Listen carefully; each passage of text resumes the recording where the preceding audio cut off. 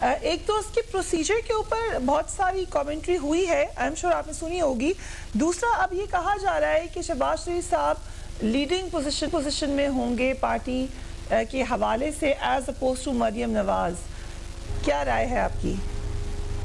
السلام علیکم، thank you for inviting me on the show. سب سے پہلے تو میں کہوں گی کہ آج حکومت کو شکست ہوئی ہے، آج عمران نیازی کو شکست ہوئی ہے، اور شارٹ شیٹ کے مشیر جو ہیں شہزاد اکبر صاحب ان کو شکست ہوئی ہے. بلکہ اگر ہم اس کو یہ کہتے ہیں کہ اس حکومت کے جو بیانیہ تھا احتساب کا جعلی بیانیہ، اس کو دوبارہ منہ کی کھانی پڑی ہے.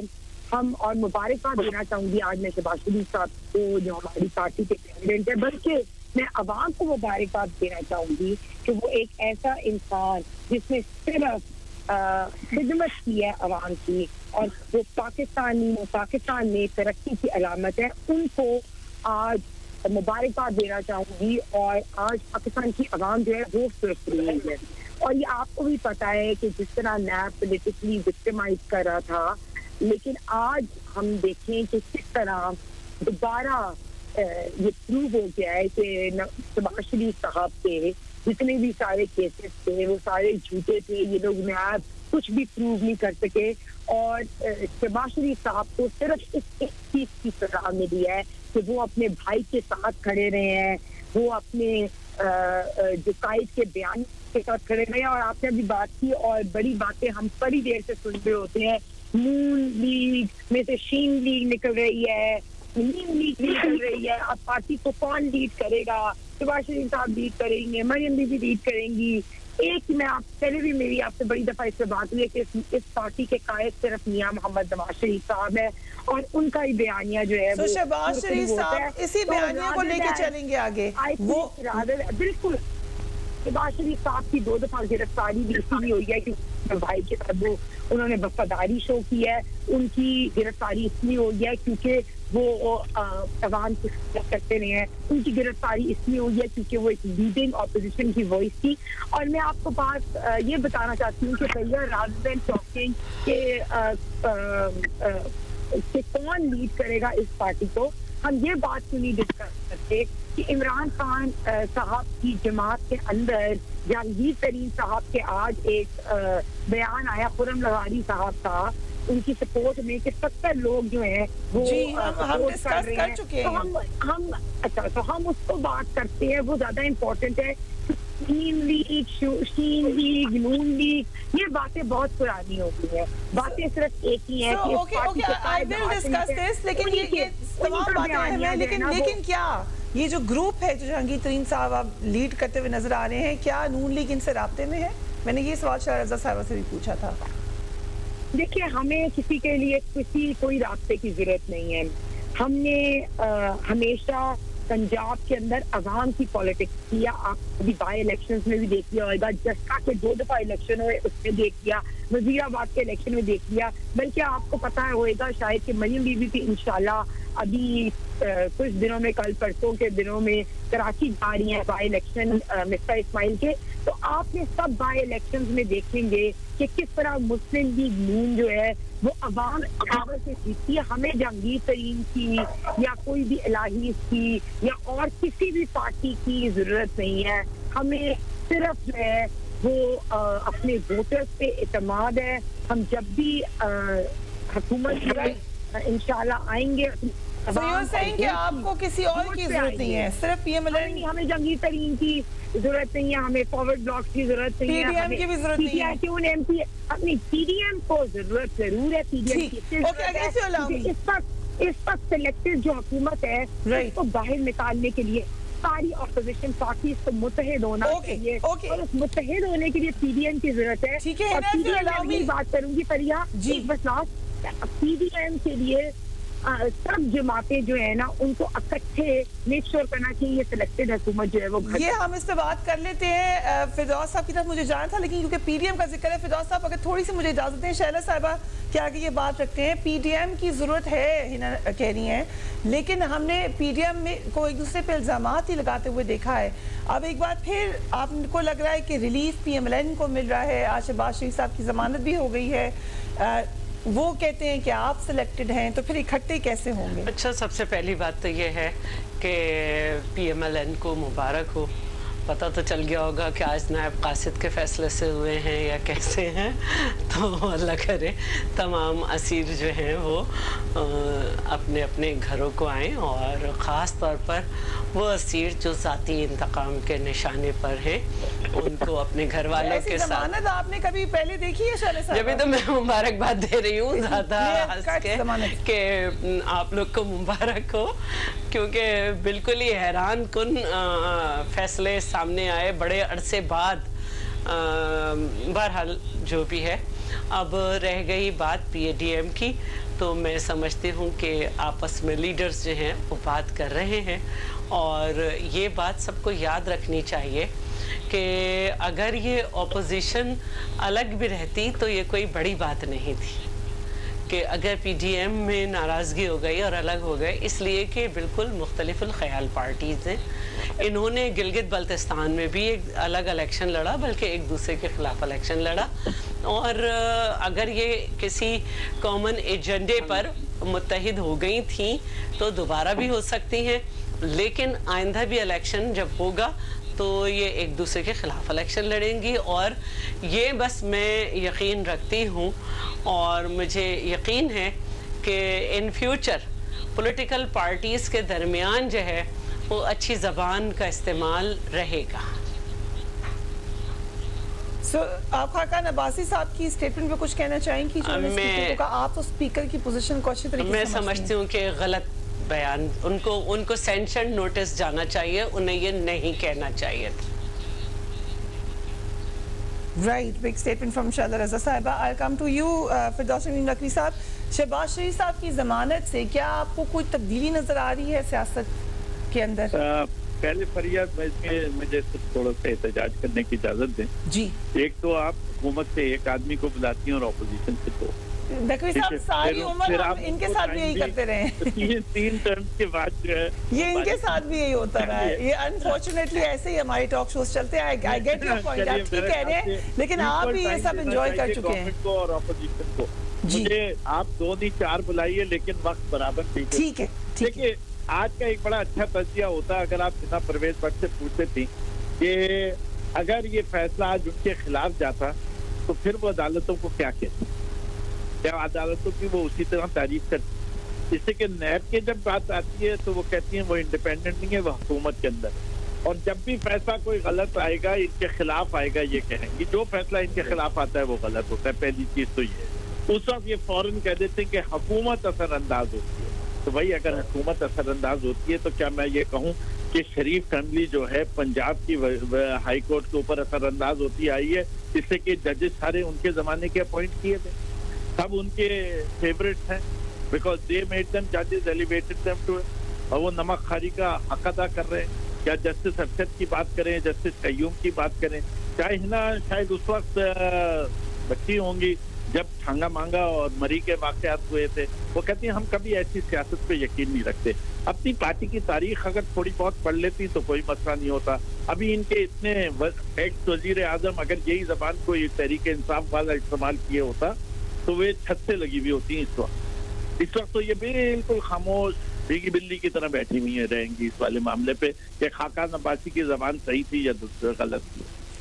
دیکھیے اسی طریقے سے میں اپنی شیلا بہن کو، جن کا میں سمجھتا ہوں ضمیر تو جاگا ہوا ہے، میں ان سے پوچھوں گا سرے محل کے بارے میں وہ کس طرح جسٹیفائی کر سکتی ہیں، وہ کیسے جسٹیفائی کر سکتی ہیں وہ اکاؤنٹ جس سے بے نظیر کا ہار خریدا گیا ہو، وہ کیسے جسٹیفائی کر سکتی ہیں کہ کوٹیکنا کی کو سزا ہوئی اس بات کے اوپر کہ انہوں نے پاکستان میں گورنمنٹ کو رشوت دی، لیکن پاکستان میں کسی کو سزا نہیں ہوئی. فرانس میں سبمرین کیس میں ان کے وزیر اعظم، وزیر دفاع، صدر تینوں کے اوپر کیس چلے اور سزائیں ہوئی، لیکن پاکستان میں جو یہ سبمرین خریدی گئی کسی کو سزا نہیں ہوئی. وہ بیانات جو آصف علی زرداری صاحب نے نیو یارک میں بیٹھ کے کورٹ سے استثنا حاصل کرنے کے سوئس کورٹ کے، اس کو کس طرح جسٹیفائی کریں گی؟ واجد شمس الحسن کے کاغذات لے جا کے ڈسٹرائے کر دینے کو کس طرح جسٹیفائی کریں گی؟ اور پھر آخر میں دیکھیے یہ پاکستانی قوم کو حقیقت پتہ ہونی چاہیے. نیب کا وکیل 2 لاکھ کا اور ان کا وکیل فاروق نائک صاحب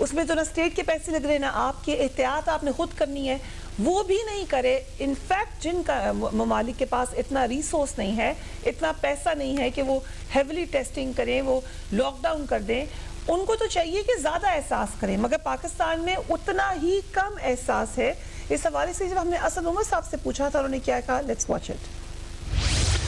جس تیزی سے اس وقت ہاسپٹل کے اندر ہمارے مریض آ رہے ہیں, آکسیجن کے اوپر زور پڑتا جا رہا ہے, اگر اس وبا کا زور ہم نے ابھی فوری طور پر نہیں توڑا اور اس میں کمی نہیں لائے, کوئی ہمارے پاس چوائس ہی نہیں رہ جائے گی. آپ کو بڑے بڑے شہر جو ہیں خدا نہ خواستہ بند کرنے پڑیں گے. شہزادہ رضا صاحبہ, کیا کووڈ-19 کا سلوشن کیا ہو سکتا ہے آئندہ آنے والے دن؟ ابھی تو بڑے خوفناک نظر آ رہے ہیں. ڈاکٹر عذرا پیچو جو ہماری ہیلتھ منسٹر ہیں, کل ان کا اسٹیٹمنٹ دکھایا جا رہا تھا جس میں انہوں نے کہا کہ برٹش وائرس کے 35 یا اس سے زیادہ % کیسز جو ہیں وہ انکشاف انہوں نے کیا. اور میں یہ سمجھتی ہوں کہ لاک ڈاؤن اس وقت نہیں لگایا جاتا جب مریضوں کی تعداد بڑھ جائے. لاک ڈاؤن اس وقت لگاتے ہیں کہ لوگوں کو یہ سمجھ آئے کہ انہیں انٹریکٹ کم کرنا ہے. اگر سارے مریضوں کی تعداد بڑھ گئی, جیسے کہ ہم سن رہے تھے کہ دہلی میں ہر ٹیسٹ میں تیسرا آدمی پازیٹیو نکل رہا تھا, پھر لاک ڈاؤن کا فائدہ نہیں ہوتا. تو میں یہ سمجھتی ہوں کہ NCOC میں سنجیدگی سے اس بات پہ غور کیا جائے کہ خدا نہ خواستہ بھارت جیسی صورتحال ہو گئی, دہلی جیسی کہ ہر چوتھا آدمی, تو پھر آپ کمانے بھی نہیں نکل سکتے, کچھ بھی نہیں ہو سکتا. اس کو بہت سیریس لیا جائے. رائٹ ہے نا صاحبہ, اس پہ یہ ایک کلیئرٹی دے دیں. آپ نے کہا ٹھیک ہے بات کر لے شیخ خاقان عباسی صاحب سے, ان سے بھی ہم پوچھ لیں گے, لیکن انہوں نے ایک اور سٹیٹمنٹ دی, کیونکہ آپ کی پارٹی کے سینئر ترین لیڈر ہیں, کہ پوری دنیا میں یہ کنٹین ہو گیا ہے, پاکستان میں پھیل رہا ہے. اب یہ فیکچولی انکریکٹ سٹیٹمنٹ ہے. ابھی آپ نے سنا کہ بھارت میں کیا صورتحال ہے, فرانس میں بھی بہت بری صورتحال ہے. تو یہ سٹیٹمنٹ کیوں دی؟ جی, برطانیہ میں بہت بری صورتحال ہے. پہلے تو میں فردوس شمیم نقوی صاحب نے بڑی باتیں کی تھی, اس سے پہلے میں ابصار عالم والی صاحب کی بات شروع ہو گئی تھی, لیکن میں نے تھوڑا سا ان کو آنسر بھی کرنا ہے کہ یہ کیسز کی باتیں کر رہے تھے, تو یہ تو آج فردوس شمیم نقوی صاحب بھی اس بات پہ اگری کریں گے کہ جس طرح نیب نے پولیٹیکلی وکٹمائز کرنے کی کوشش کیا میاں شہباز شریف صاحب کو, صرف اس لیے پولیٹیکلی وکٹمائز کرنے کی کوشش کی کہ وہ میاں صاحب کے بیانیہ پہ اپنے بھائی کے ساتھ کھڑے ہوئے, اس لیے 2 دفعہ ان کی گرفتاری ہوئی. تو آج عمران کھڑے ہوئے شہباز صاحب میاں صاحب کے بیانیہ پہ, ذرا بتائیں کس وقت ساتھ کھڑے تھے وہ مریم نواز کے؟ میں بالکل یہی بات آپ کو کمپلیٹ پہلے کرنا چاہتی ہوں کہ عمران نیازی جو ہیں صاحب, یا جو فراڈ شیٹ کے مشیر تھے ان کے شہزاد اکبر صاحب, کس طرح انہوں نے جھوٹے مقدمے شہباز شریف پہ بنائے یا رائیونڈ میں گرفتاریاں کرنے کی کوشش کی. تو آج جو ان کا جھوٹا احتساب کا بیانیہ ہے, اگر ان کا جھوٹا اور جعلی احتساب کا بیانیہ آج ختم نہیں ہو گیا تو ان کو خود پتہ چل جانا چاہیے کہ انہیں کتنے جھوٹے کیسز بنائے. تو بالکل میاں شہباز شریف صاحب میاں صاحب کے اس بیانیے پہ کھڑے ہیں کہ سویلین سپریمیسی ہونی چاہیے, ووٹ کو عزت دو, یہ سلیکٹڈ حکومت ہے اور ان کو گھر جانا چاہیے. اور یہ بات کہ جب ان کو نظر آیا کہ شہباز شریف صاحب اپوزیشن لیڈر ہے اور ایک ووکل وائس ہے اور لوگوں کی عوام کی خدمت کرتے ہیں اور پاکستان کی ترقی جو ہے وہ شہباز شریف صاحب کے ساتھ ساتھ ہے, تو انہوں نے کہا کہ چلیں ہم شہباز شریف صاحب کو گرفتار کرتے ہیں. ان کے چوتھے جو فائنانس منسٹر ہیں انہوں نے بیان دیا کہ دوبارہ GDP ہم 6 پہ لے آئیں. تو 3 دفعہ تو یہ پیپلز پارٹی کے فائنانس منسٹرز جو انہوں نے یوز کر لیے, تو ہم بھی یہی بات کرتے ہیں کہ دوبارہ اسحاق ڈار صاحب کو لے آئیں, وہ 5.6 5.8 جو ہے وہ GDP لے جائیں گے. تو بات یہی ہے کہ ہم اس وقت جہاں پاکستان میں کھڑے ہیں, اسحاق ڈار صاحب کو تو خود آنا تھا, وہ تو ملک سے چلے گئے ہیں, کیسے لے کر آئیں؟ اسحاق ڈار صاحب کی سروسز لے لیں, یہ ملک اگر جسٹس کس طرح لے لیں, وہ ملک میں آ نہیں رہے, ان کو بلا تو نہیں پہلے. اگر یہ جھوٹے کیسز نہ بنائیں, اگر یہ لوگوں کو پولیٹیکلی وکٹمائز نہ کریں اور جھوٹے جو تمام لوگ یہاں پہ ضرور یہاں لوگ جو ہے نا وہ جسٹس جسٹس کے لیے آئیں گے. آج عدالت نے بڑا اچھا فیصلہ کیا جو انصاف پہ مبنی فیصلہ تھا, اس سے ہم عدالت کو بھی تھینک کرتے ہیں. ٹھیک ہے, اور ہم اسی وجہ سے شباز نقوی صاحب نے سوال کیا تھا کہ ٹھیک ہے اسی لیے ان کو آپ ویلکم کرتے ہیں, بٹ نقوی صاحب آپ اس پہ ضرور کامنٹ کر لیں. اب ہم ویٹ کریں گے جہانگیر ترین صاحب پہ احتساب ہو, ان کو عمران خان صاحب جو ہے وہ NRO نہ دے کیونکہ فارورڈ بلاک بن رہا ہے, 70 MPs جو ہے وہ جہانگیر ترین صاحب کے ساتھ ہیں, تو اب عمران خان صاحب جو ہے وہ جہانگیر ترین کو NRO نہ دیں. اب وہ جو احتساب کی بات کرتے ہیں نا, اب احتساب جو ہے وہ جہانگیر ترین صاحب کا ضرور پورا ہو, ان کے اوپر فارورڈ بلاک سے پریشرائز ہو کے عمران خان صاحب ان کے کیسز نہ ختم کریں. اس کی کمٹمنٹ فردوس شمیم نقوی صاحب آپ کے شو پہ ہمیں دیں گے. اب ان کا جواب میم ہے نا, اب ان کا جواب سن لیتے ہیں. جی نقوی صاحب, پہلے وہ آپ کے سوال کو عزت دیتے تھی تو بہت اچھا ہوتا, لیکن میں ان کے جواب دیتا ہوں.